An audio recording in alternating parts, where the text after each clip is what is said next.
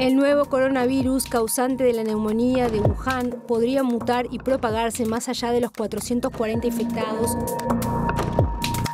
La primera definición es declarar en forma preventiva la emergencia sanitaria. Falleció el primer contagiado por coronavirus. Este fin de semana se detectaron más de 400 casos positivos de COVID-19 en Uruguay. En 2020, Uruguay fue considerado un modelo en el control de la crisis sanitaria, pero ahora el país sufre la mayor aceleración de muertes en América Latina.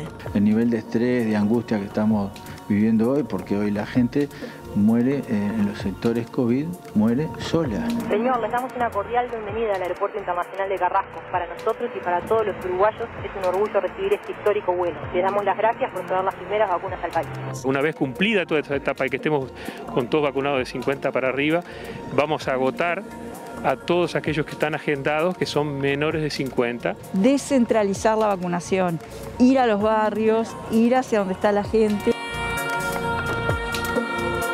El Poder Ejecutivo levantó ayer la emergencia sanitaria por COVID-19 luego de 752 días de vigencia. Con este decreto se dio por finalizada la medida declarada en marzo del 2020, cuando se detectaron los primeros 4 casos de coronavirus en el país.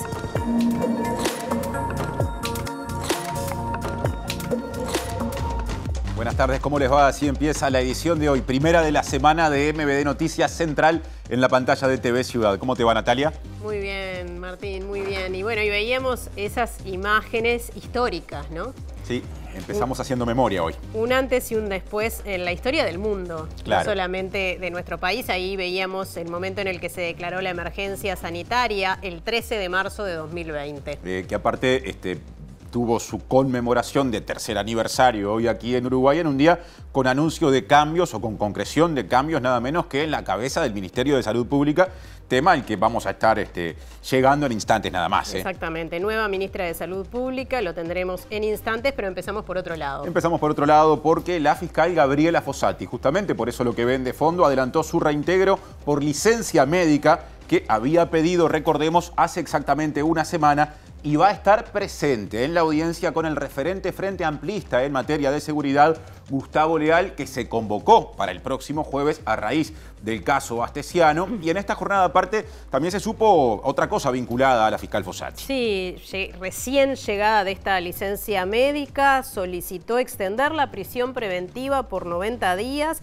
para el escribano Álvaro Fernández y para el ruso Alexei Slibaev, investigados como miembros de la organización delictiva que tramitaba pasaportes uruguayos a ciudadanos rusos. La justicia desestimó el pedido de Fossati y prorrogó la medida cautelar por un plazo de solo 30 días. Ahora vamos a repasar otros temas, ¿te parece? Sí, vemos los titulares. Salinas dejó su cargo como ministro de Salud Pública. Su lugar lo ocupará Karina Rando, también de Cabildo Abierto. El Ministerio del Interior presentó un documento borrador con 15 medidas para atender las causas del delito, entre ellas la creación de un Ministerio de Justicia. El Ministerio de Defensa Nacional apelará a la sentencia judicial que obligó a devolverle al coronel retirado Eduardo Ferro el monto total de la jubilación. La vertiente artiguista oficializó su respaldo a la precandidatura de Yamandu Orsi para las elecciones internas del Frente Amplio. Tras la viralización de un video, el Ministerio del Interior inició un sumario con separación del cargo a 2 funcionarios de la Guardia Republicana que agredieron a otro en San José.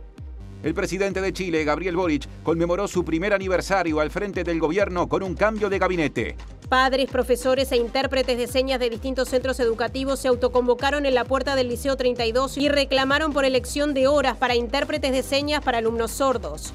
El PIT-CNT instaló una carpa frente al Palacio Legislativo para invitar a legisladores y legisladoras a hablar de la reforma previsional 10 días antes del paro general parcial en contra del proyecto previsto para el 23 de marzo de 9 a 13. Nacional le ganó a Boston River y Peñarol, que sigue siendo único líder, empató con Torque. También ganaron Cerro Largo, Danubio y Plaza Colonia, y la fecha se cierra esta noche con Defensor Liverpool. La película Todo en todas partes al mismo tiempo ganó 7 premios Oscar y fue la principal protagonista de la ceremonia que se llevó a cabo este domingo. Biden intentó transmitir tranquilidad tras la quiebra de los bancos Silicon Valley y Signature, la mayor crisis financiera en su país desde 2008. Su gobierno procura evitar que el fenómeno afecte a otras entidades financieras.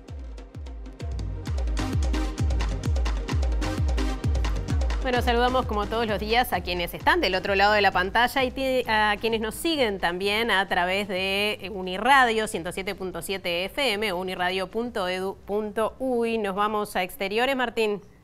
Sí, primer móvil de la jornada. En instantes estaremos justamente hablando de lo que ocurre desde fuera de estudios. La seguridad es uno de los temas precisamente presentes en la jornada porque, como lo repasamos en los titulares, fue día de anuncios desde el Ministerio del Interior que tomó en cuenta algunas de las sugerencias que los partidos políticos, propuestas que los partidos presentaron en ese ámbito interpartidario en materia de seguridad que empezó a funcionar a fines del año pasado.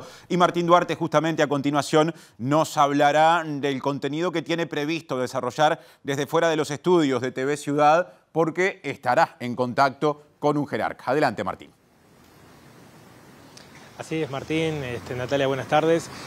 Sí, se conocieron estas 15 propuestas que derivaron de 79 propuestas que llegaron por los técnicos de los distintos partidos políticos, entre ellos el Frente Amplio, el Partido Colorado, y haciendo hincapié de alguna forma en esta depuración que hubo de las 79. Por un lado, Diego Sanjurjo hacía referencia a que algunas no estaban en órbita del Ministerio del Interior y se bajó a 38 y luego hubo un depure mayor hasta quedar en estas 15.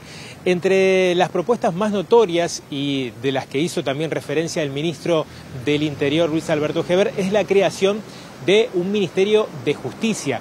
De esto estaremos conversando en un ratito con el abogado Andrés Ojeda, que es dirigente del Partido Colorado y participó de estas actividades representando al Partido Colorado para ver la viabilidad de concretarse en este periodo. Más allá que desde el Ministerio de Interior y desde el propio gobierno señalaron que la propuesta está pensada más para la próxima legislatura. Así que en un ratito volvemos por aquí. Bien, muchas gracias, Martín. Y vamos al adelanto de Julieta con una de las preocupaciones de estas horas, Julieta. Es así, Nati, es un momento de muchísimo calor. No se lo tengo que contar a ustedes, lo saben, lo están viviendo, pero hay mucho para hablar sobre esta ola de calor porque desde Inumet se están haciendo algunos pronósticos de lo que sucede hoy, esta ola de calor que se extiende por un día más hasta mañana. ¿Qué es lo que va a suceder en los próximos días? Se esperan precipitaciones, entonces estuvimos hablando con el jefe de pronósticos de Inumet, pero también esta ola de calor vuelve a contribuir negativamente en el déficit hídrico. Por eso fue que estuvimos hablando con un gerente regional de OCE que nos explicó la situación en particular de Minas, que está a semanas de quedarse sin agua. Con todo eso en unos minutos nada más. Bueno, cuestionamientos a la reforma previsional que está en discusión de la Cámara de Diputados, tanto de la Organización de Jubilados y Pensionistas como del PIT-CNT, que instaló una carpa frente allí al Parlamento. Vamos a verlo.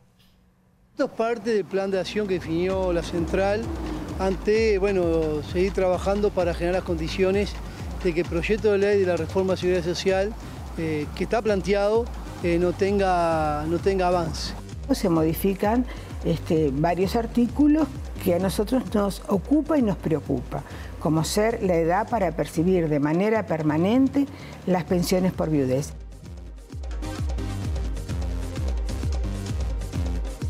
Empezamos a desarrollar la información mencionando un asunto casi que de último momento, porque la empresa Montecón, que opera en los muelles públicos del puerto de Montevideo, presentó este lunes una denuncia contra la Administración Nacional de Puertos ante la Comisión de Promoción y Defensa de la Competencia, que depende del Ministerio de Economía y Finanzas, por presuntas prácticas anticompetitivas que perjudican al comercio exterior. Según la denuncia a la que accedió MBD Noticias, la empresa portuaria considera que la Administración Nacional de Puertos toma decisiones operativas que obstaculizan e impiden a los usuarios la utilización de los muelles públicos y, por tanto, no permiten a las empresas operadoras la prestación de los servicios requeridos. El escrito de Montecón cita varios hechos. Entre ellos se detalla una decisión de la ANP que habría obstaculizado a finales de enero la atención de un buque del servicio Ipanema de la naviera MSC en los muelles públicos, que es, como decíamos, en donde opera Montecón. Desde Montecón se afirma que esto implicó una afectación a su clientela y se reclama, finalmente, que se restituya el régimen de libre competencia en el puerto de Montevideo en beneficio de personas usuarias y consumidoras. Y la fiscal Gabriela Fossati volvió a asumir su turno en la Fiscalía de Flagrancia cuando recordemos, o pese a que recordemos, había pedido poco tiempo atrás 2 semanas de licencia. Bueno, ni bien llegada solicitó extender prisión preventiva por 90 días para el escribano Álvaro Fernández y el ciudadano ruso Alexei Libaev, pero la justicia lo desestimó y solamente otorgó 30 días. No olvidemos de que era una persona que colocó en un lugar difícil nada más y nada menos que al presidente de la República.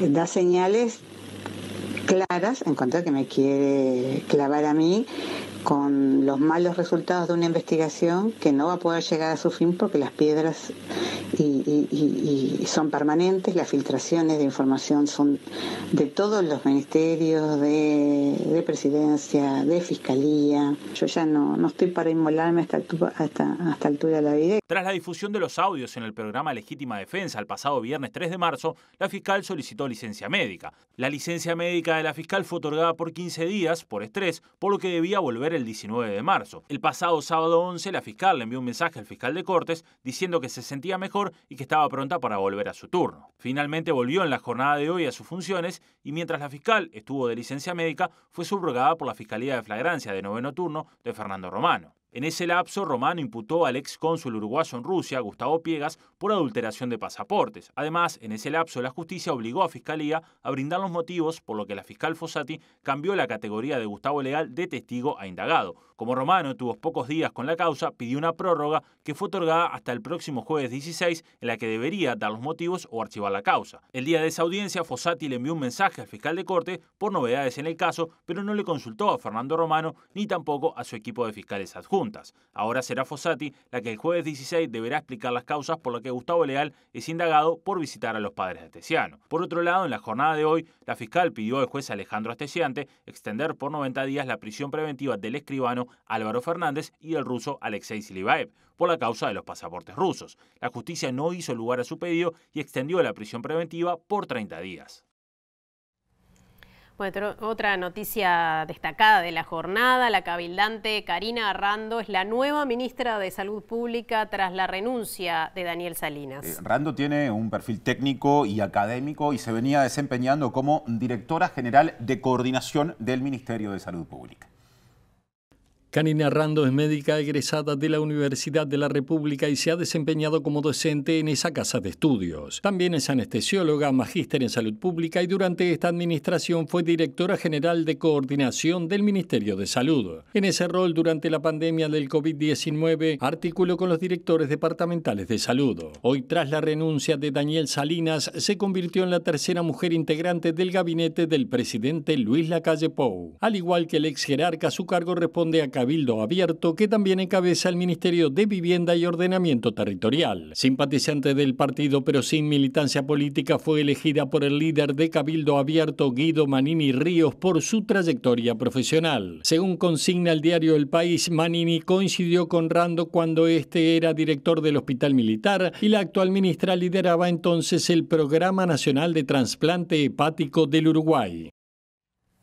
Y durante la ceremonia de su asunción, Rando anunció que va a seguir la línea de su antecesor, Salinas. Destacó que uno de los ejes principales estará en la atención a la salud mental.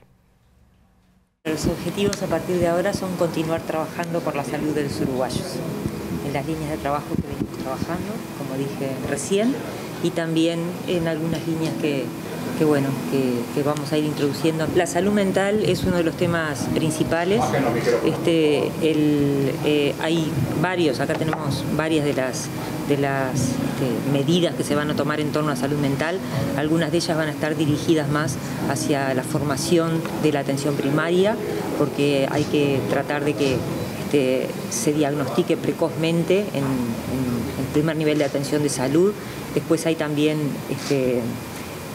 otros programas que están trabajando junto con salud mental, que es niñez, adolescencia. Hay un programa Familias Fuertes en el que también se está trabajando la comunicación entre padres o referentes adultos y niños, que favorece la comunicación y por lo tanto previene conflictos de salud mental. Rando también realizó una valoración sobre la situación de la pandemia. Lo que terminó fue la crisis sanitaria, ¿no? La pandemia no se cerró. Incluso esperamos que de repente puedan haber algunos aumentitos de casos, no significativos, pero en este mes que hay un poco más de movilidad. Pero lo que tenemos como buena noticia es que tenemos una muy baja tasa de mortalidad, ¿verdad? Eso es debido en gran parte a la vacunación muy importante que ha tenido el país. Tenemos más del 90% de la población mayor de 12 años con una dosis y con 2 dosis, y por lo tanto esperamos que la situación sea controlada respecto a la pandemia de aquí en adelante. Y Salinas renunció siendo el ministro con mayor aprobación del gobierno y tras haber permanecido en el cargo durante la emergencia sanitaria que empezó un día como hoy, hace 3 años, y terminó en 2022. Precisamente también el año pasado intentó sin éxito ser presidente de la Organización Panamericana de la Salud, perdió en las elecciones a las que se presentó y ahora, según anunció, se va a dedicar a la actividad privada y no ejercerá ningún tipo de tarea política.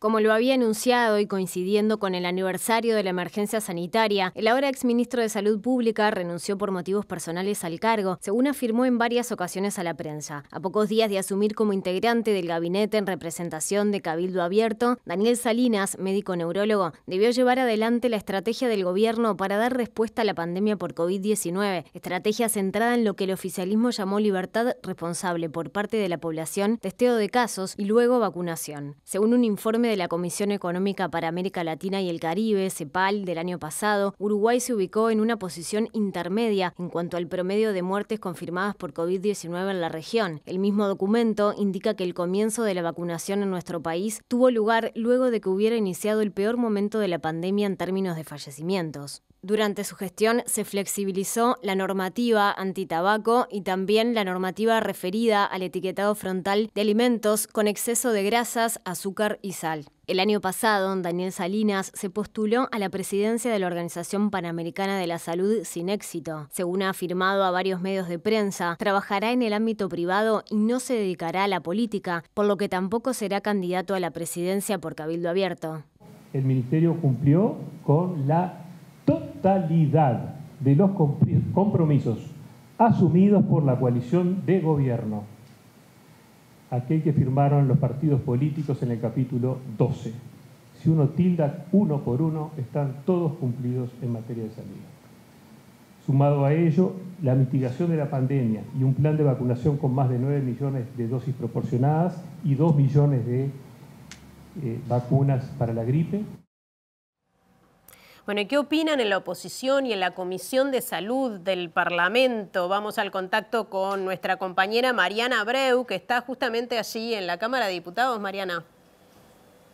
Así es, Natalia, Martín, el saludo para todos. Nos vinimos a recoger la mirada de la oposición política, de la oposición de gobierno, del Frente Amplio, la palabra de la diputada Cristina Lustenberg, quien además es la presidenta de la Comisión de Salud de la Cámara de Diputados y fue también subsecretaria de Salud. Cristina, gracias por recibirnos. Recién escuchábamos las palabras de Daniel Salinas haciendo un recuento de lo que él consideraba sus hitos en relación a la gestión al frente del Ministerio. Tú estuviste también en este evento como legisladora y también como alguien con trayectoria en este tema. ¿Cómo viste lo que fue este resumen por parte de Daniel Salinas y qué considerás de su gestión, ¿no?, al frente del Ministerio de Salud? Bueno, nosotros, en particular yo, opino y hoy participé de la actividad de transición, como te decías, al asumir hoy la ministra Karina Rando, me parece una cosa muy importante y más de la responsabilidad que tenemos. Antes que nada, la salud debe ser una política. La salud debe ser una política de Estado en este país. El Sistema Nacional Integrado de Salud fue un hito trascendental que generó equidad y acceso universal a toda la ciudadanía. Pero hoy escuchamos con atención, nosotros hemos tenido un diálogo muy fluido con el doctor Salinas en su gestión, quien a 13 días de asumir en nuestro país se desencadenó, en el mundo, la pandemia ese 13 de marzo, que tuvo hechos muy trascendentales y que permitió un trabajo coordinado entre el Ministerio de Salud Pública, Presidencia de la República, pero sobre todo yo destaco el rol de la academia en nuestro país, de los prestadores integrales de salud, sobre todo los prestadores privados y públicos, la coordinación que eso requirió. Yo he tenido discrepancias, siempre las he mantenido, y aciertos que he destacado, desde una posición de diálogo y de respeto, porque creemos que la salud es algo, como hoy les decía al inicio, que requiere que quienes integramos todos el sistema político de todos los partidos pensemos antes que nada en la gente y en los usuarios del Sistema Nacional Integrado de Salud. Así que desde ahí, con el ministro Salinas, el ministro Saliente, siempre hemos tenido una escucha, diálogo, y ahí sí en las discrepancias donde a veces hemos tenido también en el marco de la pandemia, en algunas... ¿Cuáles han sido estas discrepancias? Y a veces no nos olvidemos que cuando comenzó la pandemia nosotros tuvimos una actitud desde el Frente Amplio de colaborar, desde esta bancada, desde de legisladores, en cualquier medida que sea garantizar la mejor salud para la ciudadanía. También tuvimos algunas discrepancias, a veces en la oportunidad de vacunar a las embarazadas, lo hicimos notar, siempre con diálogo, porque antes que nada siempre está la ciudadanía. Ahora, hoy una cosa de su discurso, Mariana, que me llamó la atención, que lo seguimos con atención, tanto el discurso del exministro Salinas y de la ministra actual Karina Rando, es que uno nunca en salud puede decir que los temas están resueltos. Uno se puede proponer objetivos, pero la salud siempre tiene cosas para resolver, y hoy tenemos dificultades.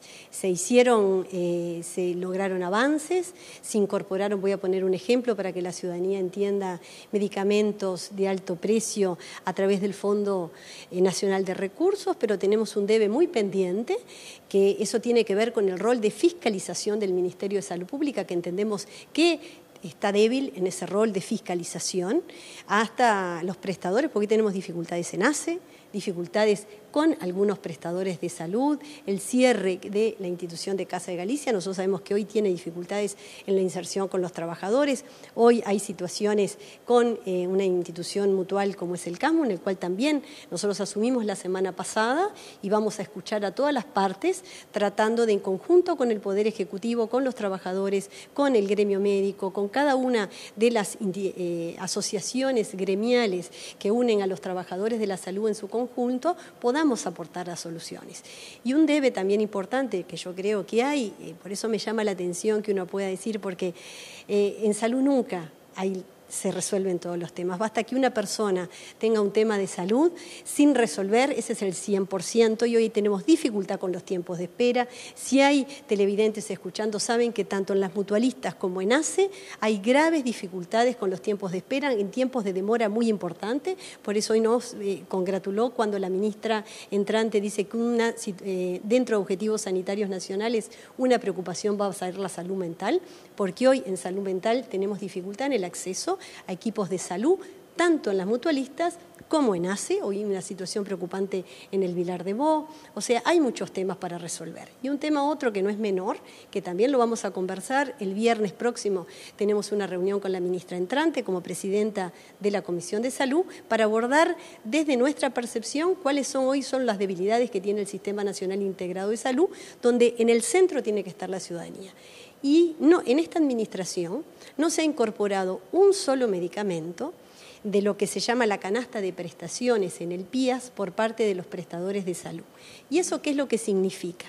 Que la medicina avanza, entonces lo pueden notar los usuarios que a veces van a su mutualista y el médico les indica un medicamento que tiene un costo diferenciado más caro que la medicación básica, y eso es porque eso no está regulado por parte del Ministerio de Salud Pública, que por lo menos nosotros no tenemos conocimiento que a través de Economía de la Salud se esté haciendo y garantizando que el acceso a medicación, que hoy es básico, procedimientos, esté dentro de las prestaciones obligatorias.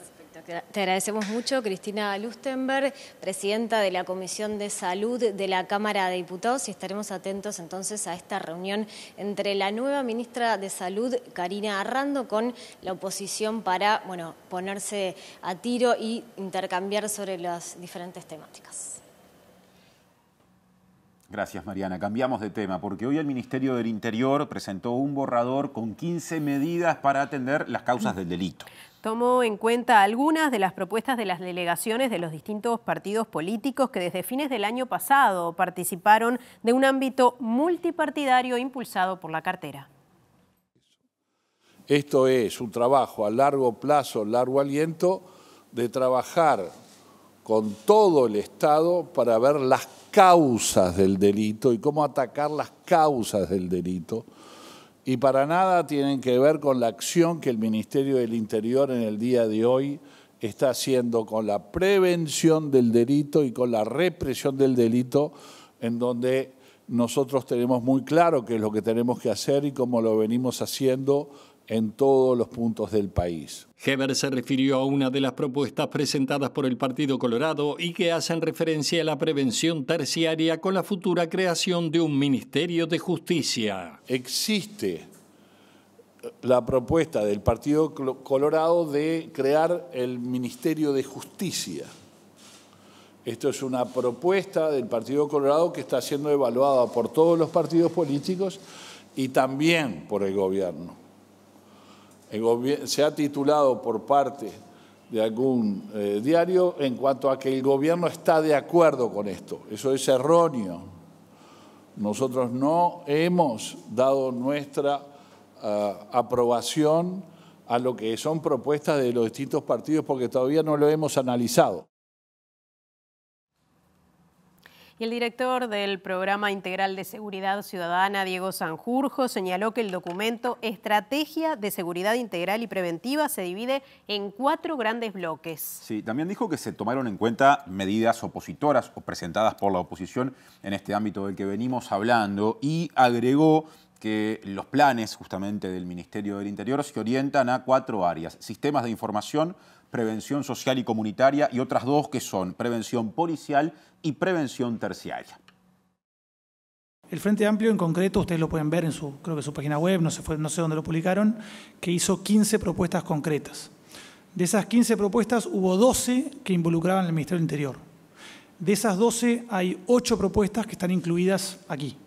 La idea de esta estrategia de seguridad integral y preventiva es que podamos, con ayuda de otros organismos públicos de manera integral, de manera interinstitucional, trabajar también en la prevención del delito, atacando sus causas, ¿verdad? Ese es un proceso a largo plazo, no es fácil y por eso es que también se presta a tener una política de Estado al respecto. Hoy se las devolvimos a ellos, les entregamos este documento que ustedes también van a poder acceder y la idea es que en 2 semanas, el día 27, el lunes 27, tengamos un primer taller bastante largo de todo el día donde vamos a empezar a discutir esto con la idea de llegar a un consenso y una vez que tengamos ese consenso interpartidario, abramos la cancha para también reunirnos con académicos, con miembros de la sociedad civil y con otros actores. Seguimos en temas de seguridad y retomamos el contacto con nuestro compañero Martín Duarte, que hace un ratito nos hizo un adelanto ya del móvil. Martín, te vemos, te escuchamos. Sí, gracias Natalia. Como decíamos a propósito de lo que fue esta jornada de trabajo en el Ministerio del Interior, en la mañana participaron los técnicos de los distintos partidos donde Diego Sanjurjo presentó justamente el desglose de estas 15 propuestas que ustedes por allí adelantaban para estar haciendo una evaluación de lo que dejó este primer borrador, que ahora va a tener una devolución de los distintos partidos, de los técnicos de los partidos políticos y que se concretará en una reunión, un taller de trabajo como señaló Sanjurjo el próximo 27. Estamos con el abogado Andrés Ojeda, dirigente del Partido Colorado y quien integró esta mesa de trabajo de los distintos partidos. Bueno, Andrés, un gusto de verte por acá. ¿Qué primera impresión te dejó estas 15 propuestas que salieron de las 79 que presentaron los distintos partidos políticos? Bueno, buenas tardes, gracias por la invitación. Yo me fui muy orgulloso y muy contento de estar en este proceso hoy. Creo que por primera vez en mucho tiempo empezamos a mirar lo importante, además de lo urgente, empezamos a ver el bosque y no tanto el árbol todo el tiempo. Nosotros siempre usamos una frase de Tony Blair que a mí me llega bastante, que es duros con el delito, pero muchísimo más duros con las causas del delito. Y justamente cualquier estrategia de seguridad del mundo eficaz tiene necesariamente 2 patas. Una pata represiva, que es la evidente, la que todo el mundo reclama, pero también una pata preventiva. Y quizá este diseño de un plan integral de prevención que trascienda a los gobiernos y que sea a largo plazo es un anhelo que yo francamente pensé que capaz este gobierno lograba en los tiempos que tenía de hacerlos y lo ha encarado con mucha celeridad. Entonces, hoy recibimos 15 propuestas bien planteadas, con un anclaje académico importante. Esas son las ventajas de tener un académico al frente del asunto, ¿no? Que tiene método para sistematizar y presentar propuestas. Eso es lo que tiene que ver con lo general.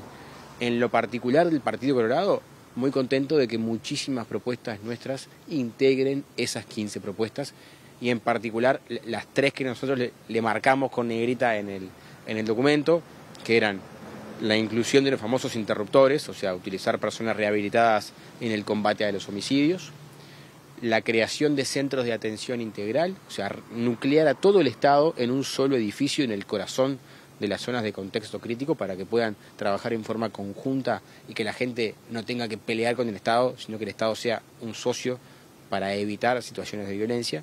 Y la tercera, que siempre es un desvelo personal muy grande, que es la creación de un Ministerio de Justicia. O sea, que fue la que generó también más ruido, hasta el propio ministro Heber se refirió en la conferencia de prensa, hablando de los plazos y que también el propio gobierno va a evaluar. El propio ministro decía que está planificado, pensado para una próxima legislatura. ¿Vos lo ves posible más pronto? ¿Y cuáles serían a grandes rasgos las características de esta propuesta, ¿no? Bien, en primer lugar, más allá de lo que haya dicho después, está en el papel. Digo, eso bien clarito, en lo que nos dieron nosotros estaba negro sobre blanco, Ministerio de Justicia, y si ustedes miran el borrador que hoy se repartió, al lado de cada propuesta enseguida después dice quién la propone. Y en el Ministerio de Justicia dice Partido Colorado, Ministerio del Interior. O sea que el Ministerio del Interior también la hizo suya la propuesta, porque la entiende importante. Entonces, partiendo de esa base y siguiendo con que todos los actores relevantes del sistema político, no solo partidario, sino también del sistema de justicia, se han pronunciado a favor de la creación de un Ministerio de Justicia, sumado a que ni siquiera necesitaría demasiado presupuesto, porque todos los órganos que lo integrarían ya tienen presupuesto asignado por el Estado, hoy es una neta cuestión de voluntad política. O sea, ¿lo ves viable en este periodo, por ejemplo? Mi aspiración, y creo que la aspiración de quienes proponemos esto, es que la ley de creación del Ministerio de Justicia se vote en este periodo con estos legisladores. A nivel presupuestal, ¿de dónde saldría el dinero para sostenerlo? La pregunta se la hacían también al ministro en conferencia y no estaba muy claro todavía, más allá de la voluntad política, ¿no? Bueno, yo te puedo decir con qué cabeza lo propusimos. Después, cómo se materializa, ya sale de nuestras manos. Pero vos pensás que hay el Ministerio de Justicia que existió en Uruguay, que fue disuelto a la salida de la dictadura, no se quemó, o sea, digamos que se rompió y se desperdigó por el resto del Estado. Hoy el Ministerio de Educación y Cultura tiene una dirección de cooperación internacional, una dirección de asuntos constitucionales. Esas direcciones no son del MEC, son naturales de un Ministerio de Justicia y ya tienen presupuesto propio. Y quizá lo más importante a encarar de parte de un Ministerio de Justicia es justamente que sea quien gestione las cárceles, el INR. Y el INR claramente tiene presupuesto propio. Fíjate que si yo le pusiese otras dependencias con presupuesto propio, no preciso un mango más. Entonces, es una experiencia similar a la que tuvo el Ministerio de Ambiente. Se quedó con las dependencias que estaban asociadas al Ministerio de Vivienda. El lío más grande que tuvo fue buscar un lugar físico para funcionar. Hoy, por ejemplo, está la dependencia donde funciona la Institución Nacional de Derechos Humanos. Ahí podría funcionar perfectamente el Ministerio de Justicia y, de hecho, la institución podría depender de este Ministerio de Justicia. Andrés, para cerrar, te hago una consulta, porque fuiste muy crítico también de si Leal debería participar o seguir participando en esta mesa. Hoy se encontraron frente a frente. ¿Cómo fue ese encuentro y si seguís sosteniendo, si ya estuvo sobre la mesa el tema de la participación del Frente Amplio y en particular de Leal en la mesa de técnicos? No, a ver, que el Frente Amplio está fuera de discusión. Es más, yo dije desde el primer día que para mí era clave que el Frente esté y que el Frente sea firmante de lo que salga, y que de parte nuestra tenemos que hacer todo para que así sea, y que si no firma es porque no quiere, no porque no se le han dado las condiciones. Eso por un lado. Sigo sosteniendo que no es conveniente ni razonable que Leal siga acá, en tanto siga toda esta cuestión turbia de qué fue a hacer con el affaire Astesiano. Eso lo sigo sosteniendo. En la reunión, básicamente el 90% de la reunión fue una presentación de Diego de las propuestas. Sobre el final, y por una cuestión de lealtad, yo decidí reiterar lo que he dicho fuera sobre la presencia de Leal para el acta de la reunión, a lo cual Leal no respondió nada y por allí quedó la cosa. La reunión fue cordial. De hecho, a ver, vamos a entendernos, las diferencias o las propuestas son políticas. Yo no tengo nada personal, naturalmente. O sea, está bien y está bueno que podamos entender que son cosas separadas, que no hay nada de talante personal en esto. Pero sí quiero ser claro que sigo firmemente convencido que el Frente Amplio debe sustituir a Leal en estas reuniones. Andrés, muchas gracias por el tiempo. Compañeros, la visión de Andrés Ojeda, dirigente del Partido Colorado, que estuvo representando al partido en estas reuniones, que va a tener el próximo 27 un nuevo encuentro para empezar a hilar fino de estas 15 propuestas. Muchas gracias, Martín y equipo. Cambiamos de tema, aunque seguimos en asuntos vinculados con fuerzas policiales, porque el Ministerio del Interior dispuso la separación del cargo, con sumario incluido, debía empezar por eso, para 2 alférez de la Guardia Republicana que en abril del año pasado agredieron a un compañero de trabajo, o sea, a otro integrante de ese cuerpo. El joven agredido presentó la denuncia hoy en la Fiscalía de San José. Tiene las manos atadas mientras le tiran agua en la boca en una práctica conocida como submarino, al tiempo que le cantan el feliz cumpleaños dándole cachetadas en el rostro. Fuentes del Ministerio del Interior dijeron a MBD Noticias que si bien el hecho ocurrió en abril de 2022, el director de la Guardia Republicana, César Tun, tomó conocimiento de la situación por la denuncia de la víctima el jueves pasado, disponiendo una información de urgencia que elevó el día viernes. Además, y con el objetivo de brindar las debidas garantías al denunciante, se dispuso que el joven agredido desempeñe sus tareas en otra unidad, según informó la Unidad de Comunicación del Ministerio del Interior. El caso está siendo investigado por asuntos internos y los 2 oficiales fueron sumariados y separados de sus cargos. Consultado sobre este tema, Tur dijo que no iba a brindar declaraciones. Según informó Radio Sarandí, el denunciante dio aviso a la dirección del cuartel en San José de la tortura recibida y la autoridad del lugar dijo que realizara una denuncia en asuntos internos. Por miedo a que no estuvieran dadas las garantías, consultó a un abogado y realizó la denuncia en Fiscalía. Si bien entendemos, por ejemplo, lo que es la Guardia Republicana, ellos tienen una formación distinta, capaz que un poco más rígida por el tema de su tarea en sí, que es una fuerza de choque, pero la formación no debe traspasar lo que es el abuso por parte de, en ese momento, un instructor, un oficial o demás. Según informaron fuentes de Fiscalía, el fiscal de corte Juan Gómez derivó la denuncia al Departamento de Depuración, Priorización y Asignación, como indica el procedimiento, para asignar una fiscalía al caso. Seguimos en temas de violencia, un hecho bastante trágico de las últimas horas, por eso el contacto con nuestro compañero Diego Martini, que está en el barrio Capra. Diego, te vemos, te escuchamos.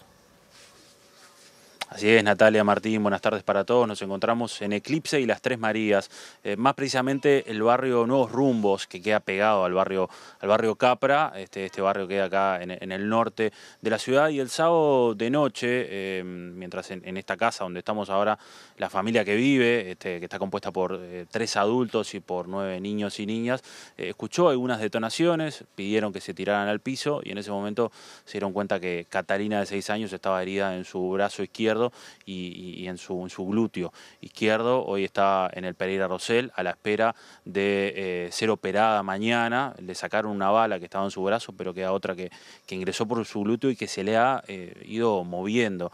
Está su papá con ella allí.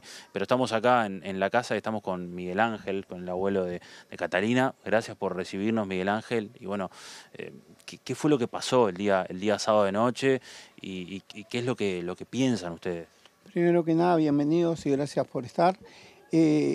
No, la verdad que acá es todo tan raro lo que sucedió que no tenemos explicación todavía, ¿no? Sí lo relacionamos con algún incidente que pasó acá hace unos 3 semanas más o menos. Y bueno, yo creo que todo esto se está desmadrando y están pagando justo por pecadores. Ustedes hace 22 años que viven acá, nunca habían tenido ningún inconveniente, nada. No, nos conoce todo el mundo acá porque con este barrio fuimos casi desde el principio y nada, ningún problema con nadie. Hemos gente partir y eso, inclusive ahora fueron más las muestras de solidaridad que tuvimos que con gente de tiempo que nos conoce, ¿no? Me decías que hubo 15 balas que se dispararon. ¿Cuántas vinieron para esta casa? Hubo 15 balas, encontraron los casquillos, hubo 1, 2, 3, 4 que pegaron en los 2 vehículos y en la casa pegó una sola.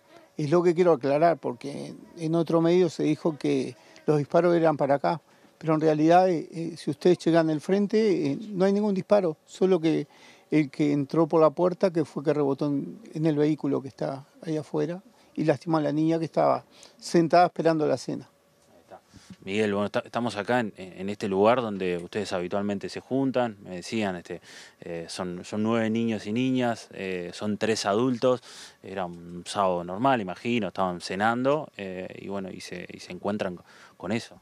Sí, totalmente, totalmente. Fíjate que si no es acá, nos sentamos afuera, según cómo está el tiempo, y recién habían entrado los niños, porque al tener todo cerrado, vos de acá no vas a ver un niño nuestro en la calle, están todos ahí, habían recién entrado para cenar. Y nunca esperamos nada de eso, ¿no? ¿Realizaron la denuncia? Sí, se hicieron 2 denuncias. Una se tomó acá y otra se tomó con el padre de la nena allá. El tema es que también se desinformó que no se había hecho denuncia. Las denuncias se hicieron, pero están para ir a ratificar en la seccional. Dicen del padre, no radicó denuncia. El padre está desde que se fue con la nena del suceso, no se ha movido de al lado de la cama de la niña. ¿Cuál es la situación de Catalina hoy?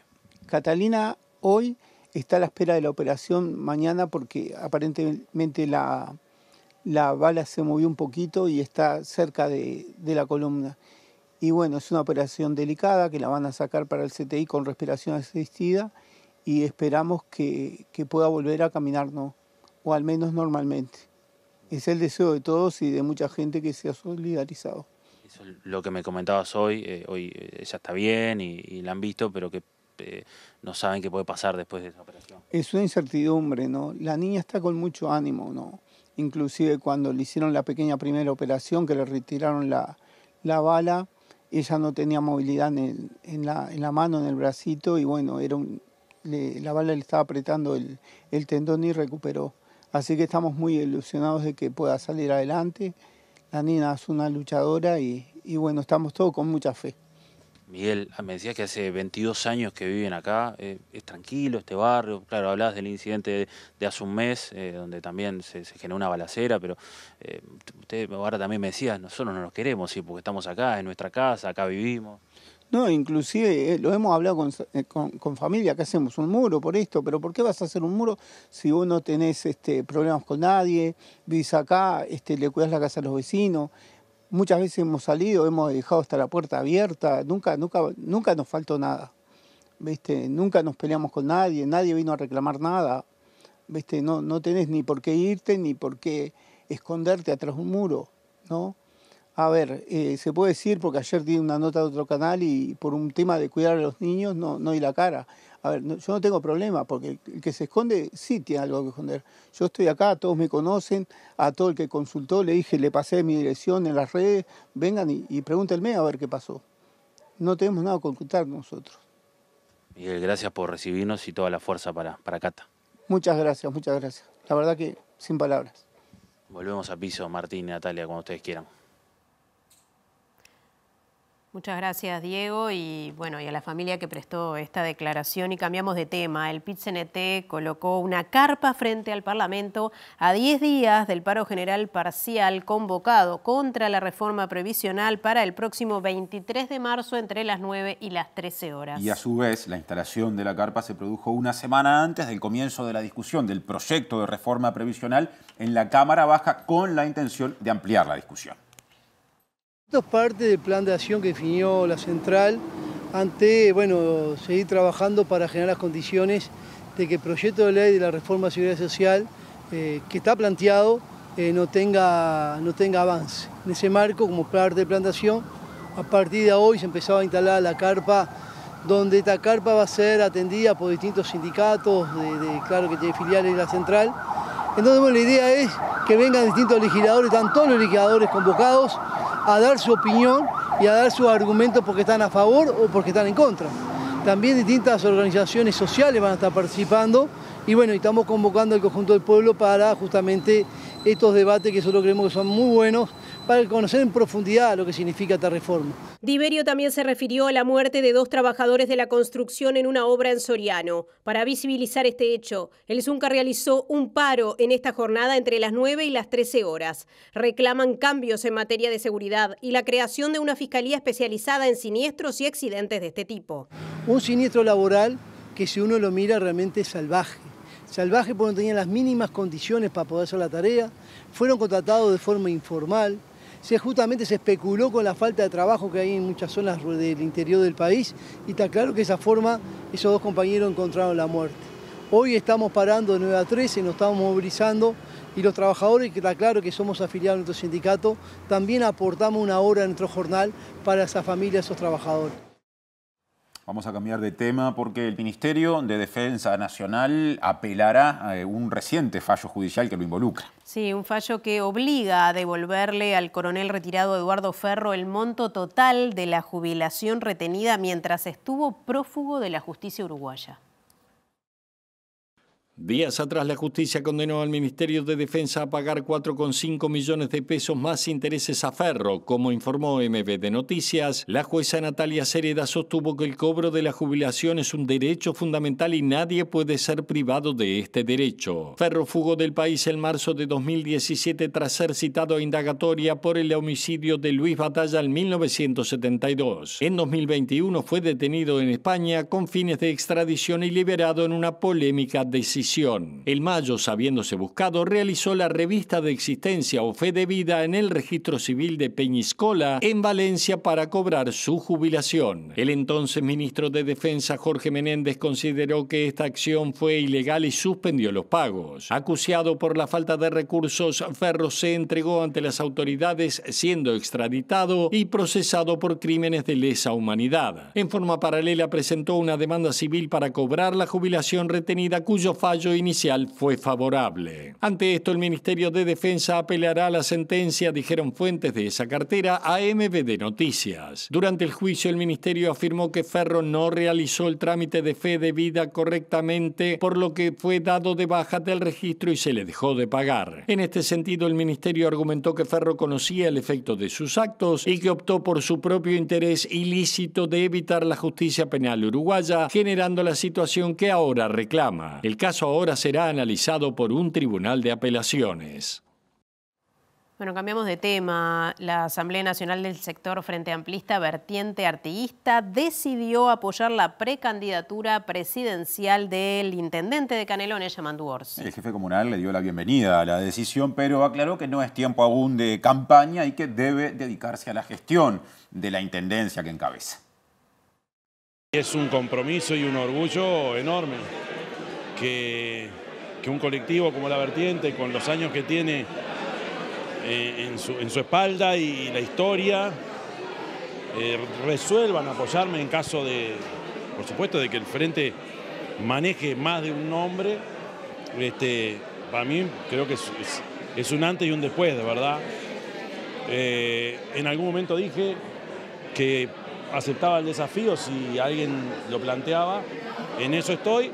Por supuesto, hoy 80 y pico % dedicado a la Intendencia de Canelones y a la gestión en la Intendencia. No estamos en campaña, pero es tiempo sí de que el Frente empiece a manejar, como ya empezó, los distintos nombres o alternativas que se van a presentar. Me impulsa a redoblar esfuerzos para acompañar esto que es un frente que tiene muchas sensibilidades, muchas tendencias, y empujar todos juntos para no solo lograr de nuevo el gobierno nacional, sino llevar adelante las transformaciones, o sea, tener clarísimo que este grupo, esta gente, está para acompañarnos, además en el día después, donde nos toque estar, pero por supuesto aceptando el desafío. Otro asunto, la ONASPU se opone a que se postergue 13 años la edad para acceder al subsidio a la viudez, como se plantea en el proyecto de ley de reforma previsional. La presidenta de la organización, Estela Ovelar, reclamó diálogo y dijo que la calle Pou es el único presidente que no ha recibido al colectivo de jubilados y pensionistas. Para nosotros no hubo una participación con las organizaciones sociales porque un diálogo es un ida y vuelta, no que yo me sienta a escuchar. Eso por un lado. Por el otro lado se modifican varios artículos que a nosotros nos ocupa y nos preocupa, como ser la edad para percibir de manera permanente las pensiones por viudez. Tenemos el 90% de viudas. Queremos decir con esto que hay más mujeres que perciben la pensión por viudez.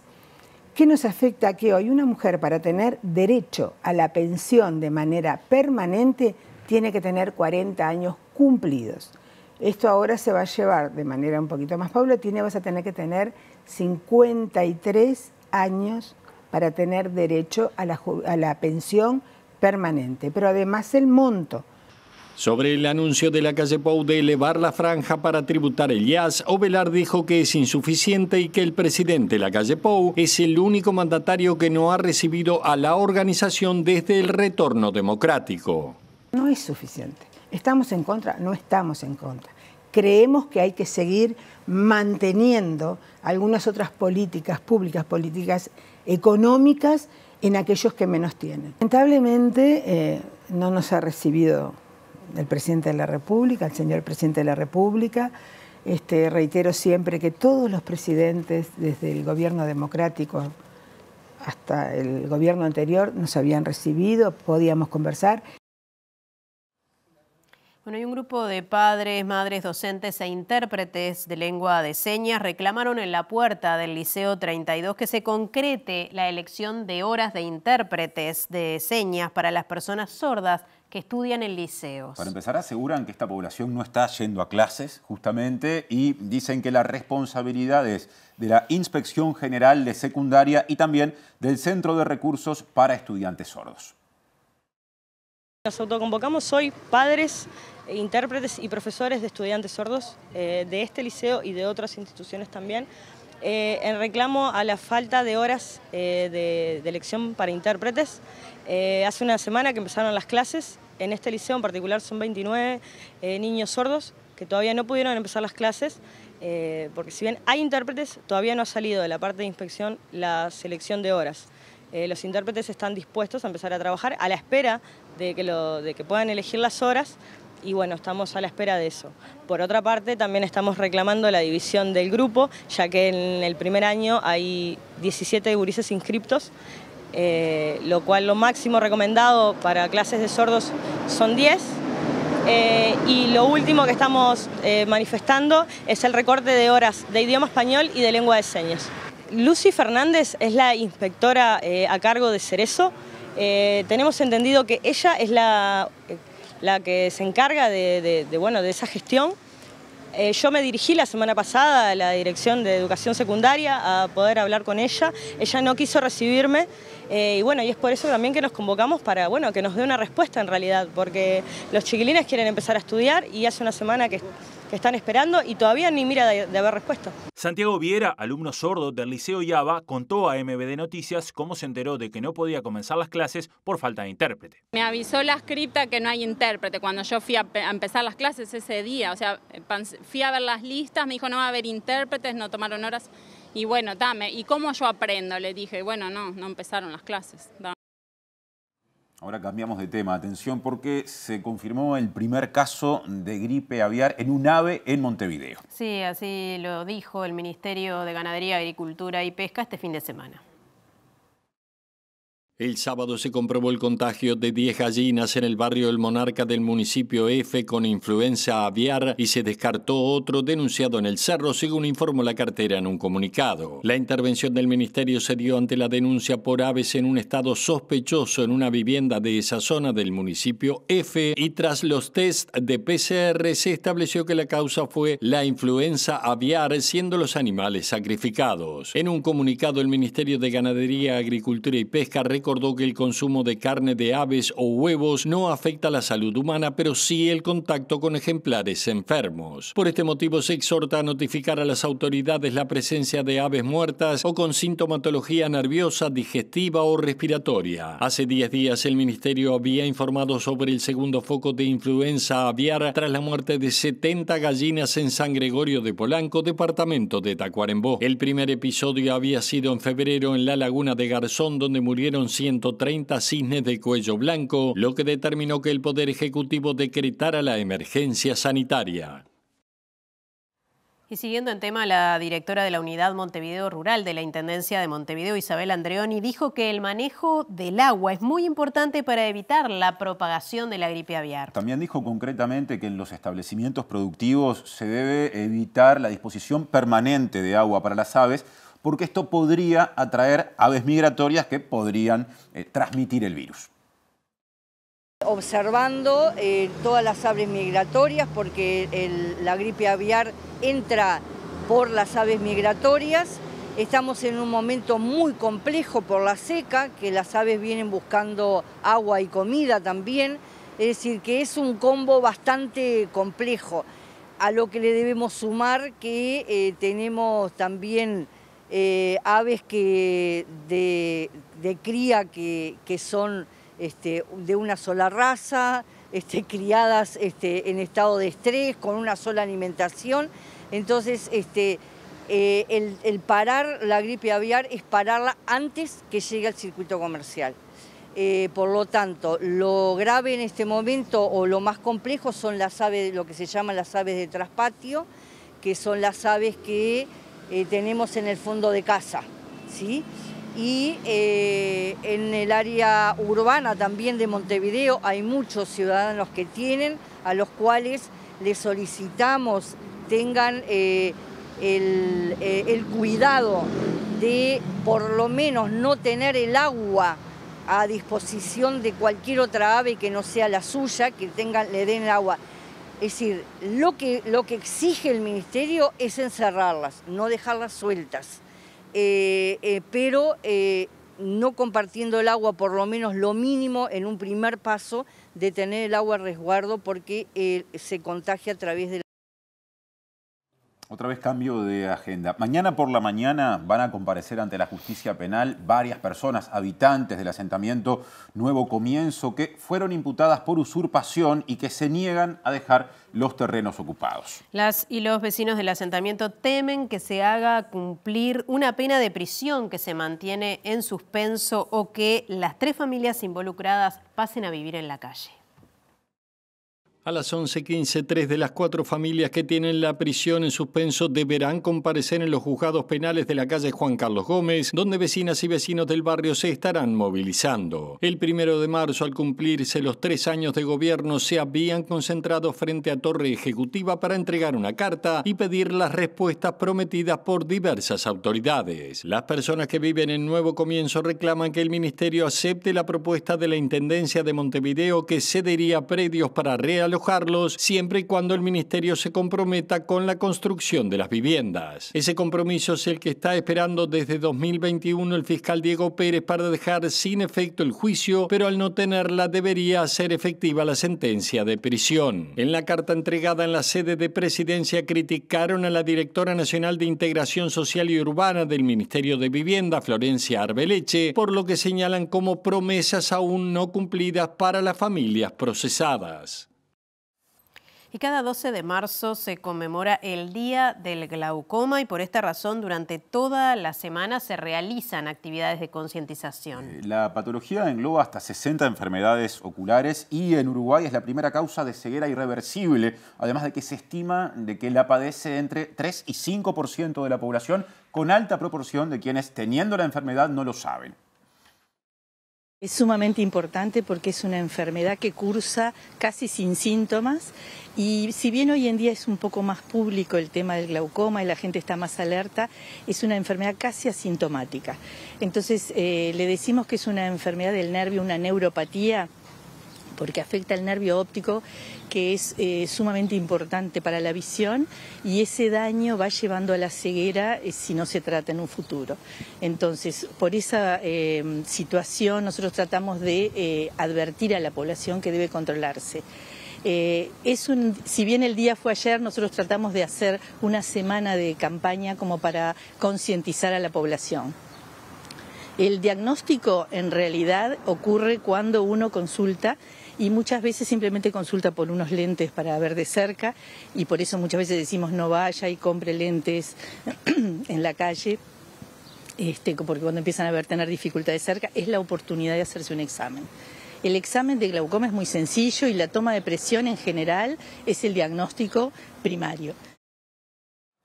Y atención, porque a propósito de este tema, mañana en el hall del Hospital de Clínicas se va a realizar una jornada de detección precoz de glaucoma. Que incluirá fondo de ojos y toma de presión ocular y se desarrollará entre las 9 y las 11:30 horas. Y ahora más de la agenda de salud, porque la Fundación Diabetes Uruguay señaló que hay omisión en aplicar la insulina en los protocolos de acción en los centros educativos. Giselle Mosegui, presidenta de la organización, dijo que el planteo ya fue realizado a la División de Derechos Humanos de ANEP y que el organismo respondió que tiene otras prioridades. Arrancamos siempre con la preocupación de todos los años, ¿no? Porque si bien tenemos un protocolo de acción en los centros educativos, donde debieran los maestros manejarlo y conocerlo, de conocer de qué se trata la diabetes y qué implica tener un niño con diabetes, aún nos está faltando el tema de la aplicación de la insulina. Eso no está considerado dentro de ese protocolo y es una preocupación de las familias, sobre todo de los más chiquitos que no se pueden suministrar la insulina solos.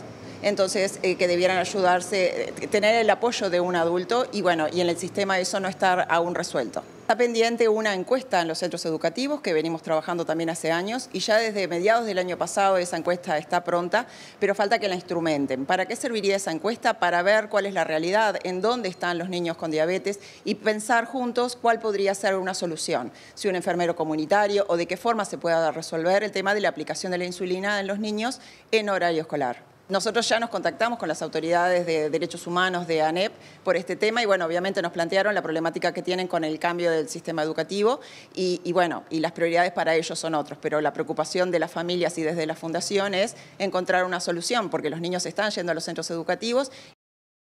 Presenta Mercado Agrícola de Montevideo, en el corazón de un barrio donde late la ciudad. Mercado de Historias. Mercado de Historia. Y ahora el informe de la jornada. Muchas canciones que se me ocurren, Sí. a pesar de que esto es dramático. No sé si da tanto para reírse, pero qué calor en la ciudad, Julieta. Hace mucho calor. Si salieron hoy, incluso sin salir de sus casas, lo deben haber notado. Estamos atravesando una ola de calor nuevamente en nuestro país. Esta es una situación que, como decía Nati, preocupa a varios actores vinculados a la salud, vinculados a, a las emergencias también, porque sabemos que esto ha provocado también, entre otras causas, ha provocado incendios. Fue un año gravísimo en lo que tiene que ver con... sigue siendo un año gravísimo en lo que tiene que ver con la sequía. Entonces, todas estas condiciones preocupan de alguna manera, pero les quiero decir que por más de que gran parte de nuestro país, excepto algunas ciudades costeras del este, estamos en esta situación de ola de calor impresionante que se extendió hasta el día de mañana. Esto va a cambiar en los próximos días. Por eso fue hoy que fuimos a hablar con el jefe de pronósticos de Inumet para que nos explique en qué situación estamos actualmente, por qué se da esta ola de calor y qué es lo que podemos esperar para los próximos días. Una masa de aire cálida nos viene afectando ya hace varios días. Esta ola de calor la actualizamos el día de hoy y se va a extender para gran parte del Uruguay. El mapa lo pueden encontrar en la página web o en las redes sociales. Hasta el día de mañana. Mañana inclusive van a haber altas temperaturas en gran parte del país. Ya a partir del día del miércoles esperamos que empiece a estar más inestable, se pueden llegar a registrar algunas precipitaciones y tormentas y de a poco van a empezar a bajar las temperaturas. Es bueno recordarles que estamos entrando en fase neutra, lo cual respondería a que la climatología debería ser normal para los próximos meses. O sea, de a poco deberían empezar a venir más precipitaciones, empezar a estabilizarse lo que tiene que ver a las precipitaciones normales del mes. Habrá que ser muy cautelosos, ver cómo se comporta esta semana, pero por ahora está mostrando buenos volúmenes de precipitación. Estamos hablando entre 30 a 40 milímetros, algunos puntuales pueden ser superiores, pero van a ser varios días. Va a arrancar el martes en la noche, tarde-noche en la zona norte y después de a poco se va a extender a todo el territorio hasta el día sábado. O sea, son varios días de precipitaciones, eso es bueno porque va a poder absorber bien los suelos, no se va a escurrir el agua como viene pasando en los últimos meses, que son precipitaciones muy puntuales, muy intensas, pero eso se escurre, no lo llega a absorber. Bueno, esperemos que esto sea progresivo y de a poco se empiece a normalizar de una vez por todas el tema de las precipitaciones. ¿Cuántas veces se habrá escrito y se habrá dicho en las últimas horas qué calor, ¿no, Julieta? Es verdad. ¿Qué podemos hacer ante esta situación para prevenir males mayores? Bueno, hay varias recomendaciones que vienen además de parte del Ministerio de Salud Pública, porque atención que el calor también nos afecta en términos de nuestra salud y hay que cuidarse. Por eso vamos a comentarles cuáles son estas recomendaciones que publicó el Ministerio de Salud Pública en las últimas horas. La primera es evitar el sol entre las 10 y las 16, es decir, amigarnos con la sombra, ir por el lado de la sombra si tenemos que salir de casa y bueno, si podemos evitar en esas horas, sobre todo niños, niñas y adultos y adultas mayores, bueno, tratar de evitar estas horas porque el sol está muy complicado y porque además hay que tener presente que en estos momentos en el que hace mucho calor, también hay mayor aumento, mayor riesgo de bueno, que el sol nos lastime y, por ejemplo, contraer cáncer de piel. También una recomendación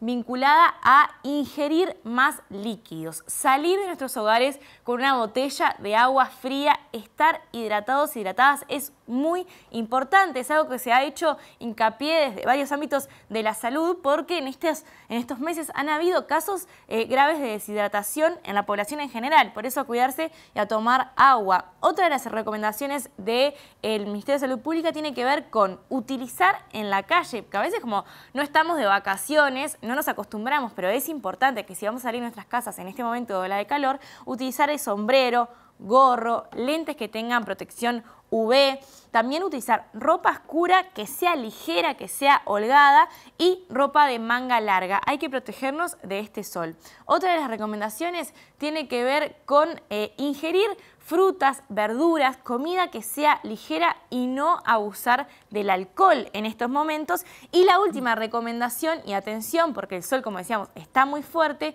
tiene que ver con no exponer a menores de 1 año al sol en ninguna circunstancia, pero con esta ola de calor más cuidado aún porque su piel no tiene un desarrollo que permite protegernos. Igual nos tenemos que proteger todos y todas, pero menores de 1 año no exponerlos al sol. Esta ola de calor se da en un contexto de déficit hídrico. No hablamos del mismo fenómeno, pero sin duda que son fenómenos complementarios.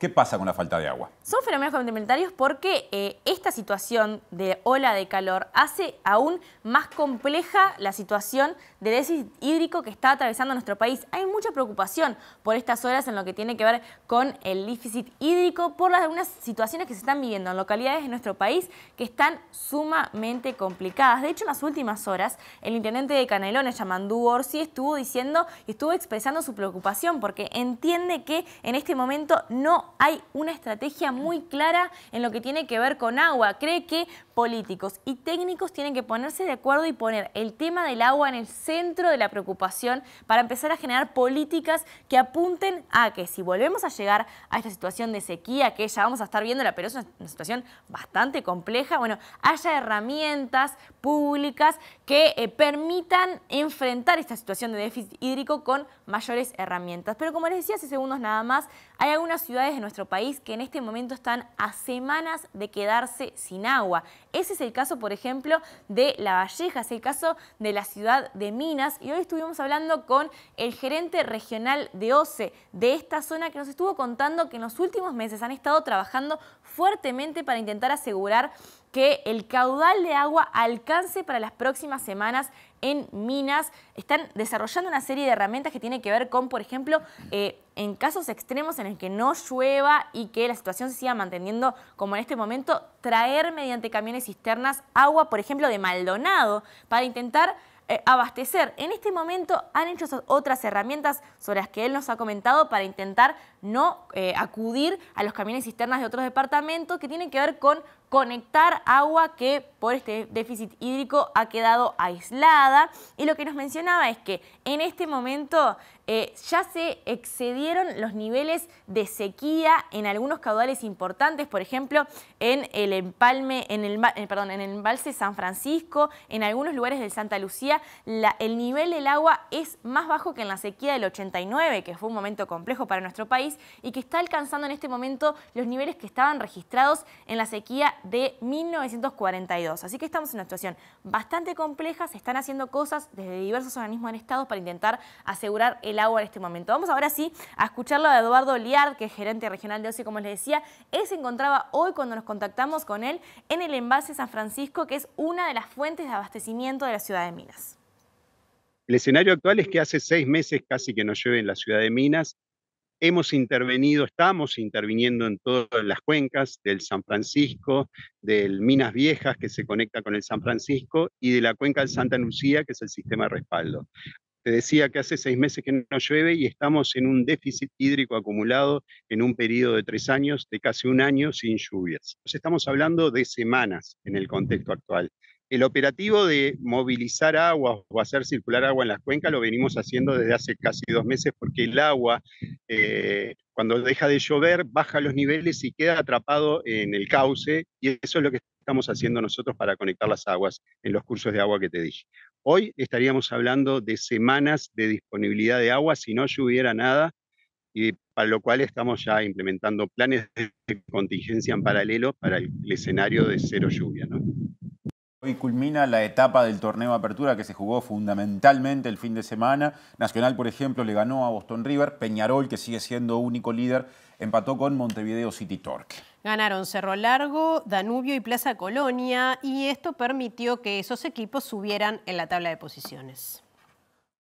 En Fray Bentos fue triunfo visitante. Cerro Largo le ganó 3-0 a La Luz. Este es el primero de los goles de Hugo Silveira. Acá está la definición del centro delantero del equipo Arachán para marcar la apertura a los 7 minutos del primer tiempo. El segundo es de Facundo Rodríguez, otra vez de pelota quieta. No la puede sacar La Luz y lo aprovecha el jugador de Cerro Largo. Ganaba 2-0 en 24 del primer tiempo. En el complemento a los 31, otra vez Federico Rodríguez, pase al segundo palo, control con el pecho y ante la salida del arquero, una muy buena definición para el 3-0 definitivo. Como visitante ganó Plaza Colonia ante Wanderers 1-0. Gran jugada, ya la definición de Rodrigo Amaral a los 43 del primer tiempo. El único gol en el Viera, el triunfo del Pata Blanca. Nacional, que le ganó a Boston River 3-1. El primero del Colo Ramírez de penal a los 37 del primer tiempo. En el complemento a los 10, el gol es de Matías Acuña. Para la igualdad 1-1, el 2-1 de Nacional por intermedio de Daniel Bocanegra, centro de la izquierda en el segundo palo. Aparece el colombiano a los 30 del complemento y en el segundo minuto de adición el gol va a ser de Manuel Sigliotti. Pase de Zavala, definición del argentino para el 3-1 definitivo. Ganó el equipo de Zielinski ante Boston River. Vamos a ver el triunfo de Danubio, que le ganó a Cerro 1-0 con esta gran jugada del Cepillo González y una muy buena definición de Alejo Cruz a los 38 del primer tiempo. Danubio 1, Cerro 0. Racing se quedó con el clásico y le ganó 1-0 a Fénix con este gol del argentino Verón Lupi. 25 del segundo tiempo, cruzó remate de derecha y triunfo para el equipo de Racing. Peñarol y Montevideo City Torque empataron 2-2. El primero de los goles, Matías Arezo. Otra vez el goleador del campeonato para poner el 1-0 en el primer tiempo. Y van 13 minutos. En el complemento a los 7, un par de rebotes. La pelota le queda a Thiago Palacios y la definición del argentino para que el equipo de Iturralde se pusiera 1-1. Pero iba a pasar a ganar Peñarol otra vez en la noche. Arezo que no puede de penal en el rebote. Le queda a Rossi y marca el 2-1 en 25 del segundo tiempo. A los 38 lo va a empatar City Torque. Centro al segundo palo, cabezazo 1-2. El gol de Rivas para el 2-2 definitivo. Todo en todas partes al mismo tiempo fue la gran ganadora de la ceremonia de los Oscars que se celebró ayer y ganó las dos categorías más importantes, mejor película y mejor director. Y por mencionar simplemente un detalle más, la alemana sin novedad en el frente ganó como mejor película, en este caso internacional. La película Toda la vez en todas partes fue la gran vencedora de la noche de los premios Oscars tras conseguir 7 estatuillas. Entre las principales se quedó con la de mejor dirección para Daniel Kwan y Daniel Scheibner, la de mejor película y mejor actriz, en este caso para Michelle Yeoh, que es la segunda actriz no blanca en ganar este premio tras Halle Berry. También se llevó los galardones por mejor montaje, mejor guión original y mejores intérpretes de reparto que Shui Kwan y Jamie Lee Curtis. Por su parte, suerte, la película alemana Sin novedad en el frente sobre la Segunda Guerra Mundial terminó con las esperanzas argentinas de ganar el Oscar a la mejor película internacional con Argentina 1985 de Santiago Mitre, que cuenta la historia del fiscal Julio César Estracera, que llevó adelante el juicio a las juntas militares de la dictadura. Pinocho del mexicano Guillermo del Toro ganó la mejor película de animación, mientras que el premio a mejor actor protagonista fue para Brendan Fraser por su papel en La ballena. Y hemos venido al rincón desde el cual habitualmente nos despedimos, no sin antes repasar el pronóstico del tiempo. Sí, algún adelanto tuvimos ya en la columna de Julieta, pero les contamos que mañana 14 de marzo sigue la ola de calor, el cielo algo nuboso, la máxima 36 grados, la mínima 23. Y ahora pasamos a lo que está previsto que ocurra pasado mañana, día miércoles 15 de marzo en Capital y cercanías. Mínima 24, máxima 31. Atención con el pronóstico que dice que por la mañana va a estar nuboso y cubierto, y por la tarde y la noche nuboso, cubierto, con precipitaciones y tormentas. Y sigue parecido el pronóstico el jueves 16 de marzo con una mínima de 22 y una máxima de 30. Se vienen las lluvias, Martín.